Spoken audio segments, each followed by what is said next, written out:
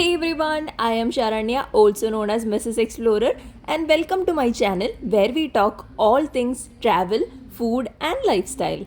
I'm currently doing a travel series on my trip to Malaysia, and this is the sixth video in Malaysia travel series. In my previous videos, I've covered everything that you need to know to plan a trip from India to Malaysia, and I have also included itineraries on things to do in Kuala Lumpur. Now it's time to head to the island paradise of Langkawi. Let's start with getting to Langkawi. The fastest and most popular way to get from Kuala Lumpur to Langkawi is taking a direct flight, and that will take about 60 to 70 minutes. If you are on a budget and want to explore other options, there are also buses or trains that you can take, followed by a small ferry. We booked an AirAsia flight between Kuala Lumpur to Langkawi, and when we reached the airport, we got to know that our flight was delayed by more than 6 hours.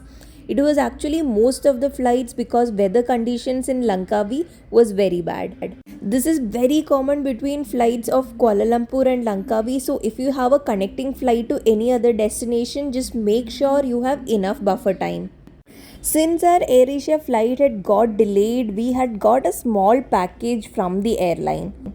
Our flight was actually scheduled for early afternoon, but by the time we got into the flight, it was evening. So I don't know why they did not give us any lunch boxes. There were in fact a lot of passengers and kids.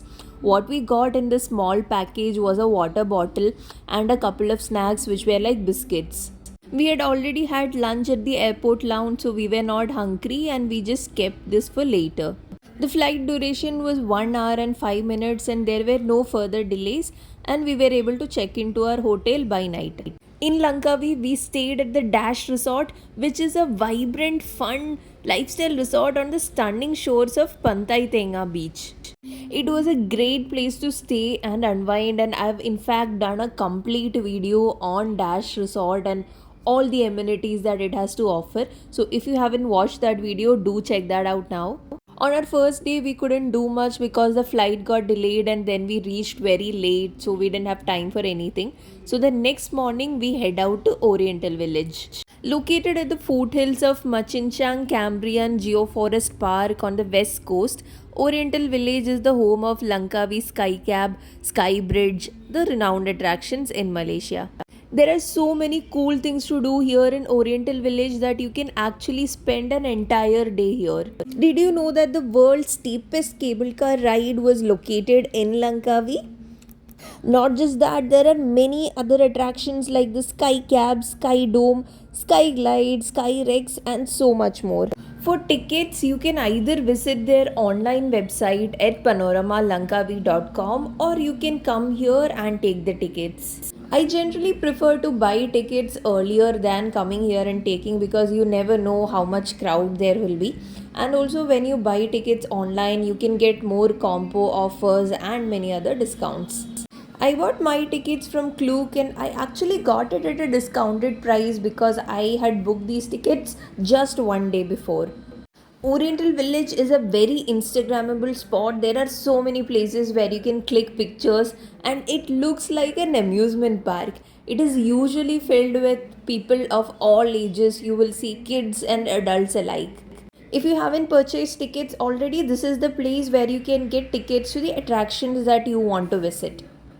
We decided to kick off the first and most important thing here, that is the Skybridge, and later we'll come back and go to other places. Since we already had our online tickets, we proceeded to the queue for the cable cars.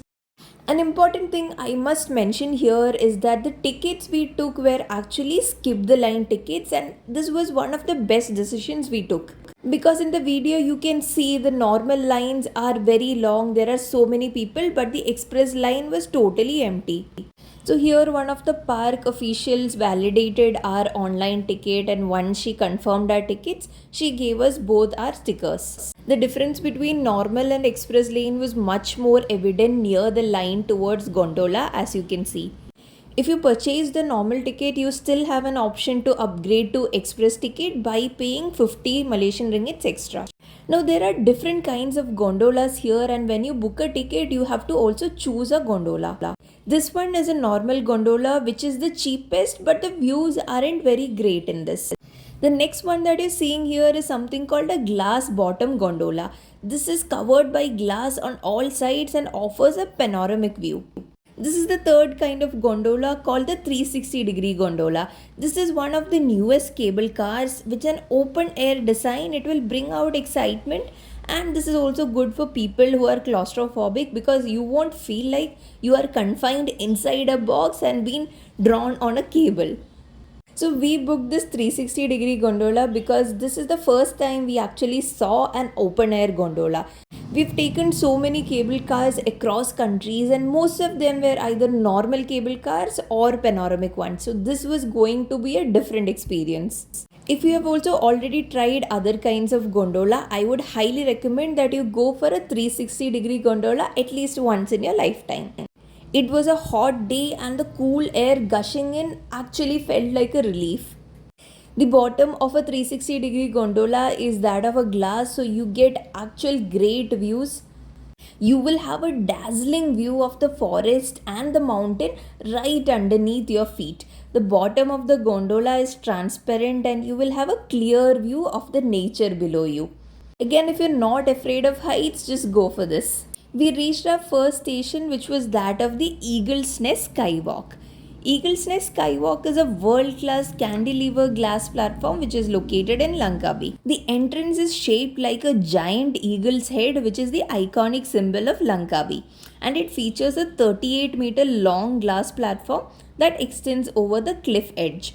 It offers a 360-degree panoramic views of the Andaman Sea and the lush rainforest. The bridge sits 650 meters above the sea level and can accommodate up to 300 people at once. Now that we have seen the Eagle's Nest, now let's proceed to the most anticipated attraction, which is the Langkawi Skybridge. There is no direct cable car from the ground because of the extreme mountain terrain and the engineering design itself. Hence, tourists have to reach the top station and then descend down. There are two options to descend down. Either you can pay extra and take a sky glide, or you can opt for a nature trail which takes about 10-15 minutes and is absolutely beautiful. Did you know that Langkawi Skybridge is the longest curved bridge in the world? It is often referred to as a hanging marvel as the bridge is a cable structure supported by a single pylon. It is designed to swing out over the landscape to provide 360-degree views with an elevation of 650 meters above the sea level and a length of 125 meters. Another reason of fame of Langkawi Skybridge amongst Indian tourists is because movies like Dawn 2 and Billa were shot here. After spending a good amount of time enjoying the views and clicking some good pictures, it's time to climb back. After that flight of stairs or your sky glide, you can get onto the cable car and go to the bottom station. The exit of the cable car connects directly towards a shopping area. This is the perfect place where you can get some souvenirs for friends and family. It has many replicas of the cable car model, fridge magnets and so many other items to choose from. It has been a long day, and after all that climbing down and climbing up, we were extremely hungry. Fortunately, there were plenty of food options in the Oriental village, be it any cuisine, and given the hot and humidity, I opted for a chicken salad. After Skybridge, these are some of the other most popular attractions in Oriental village. So now we are going to be checking out all of those. It is already afternoon, and to cover Oriental village, you will actually need an entire day. After Skybridge, we were most excited to check out SkyRex, which is a 4D dinosaur themed simulator ride included in the SkyCab tickets. But unfortunately, the attraction was closed for maintenance. That was not really mentioned anywhere on the ticket, and we were quite disappointed. But the show must go on, and then we proceeded towards the next attraction, which was SkyDome. SkyDome is a 360-degree, 10-minute immersive visual experience located at the base of Langkawi cable car. Another attraction here in Oriental village is the 3D art museum, and this is the world's largest 3D art museum. We've been to 3D museums before, so we skipped this one.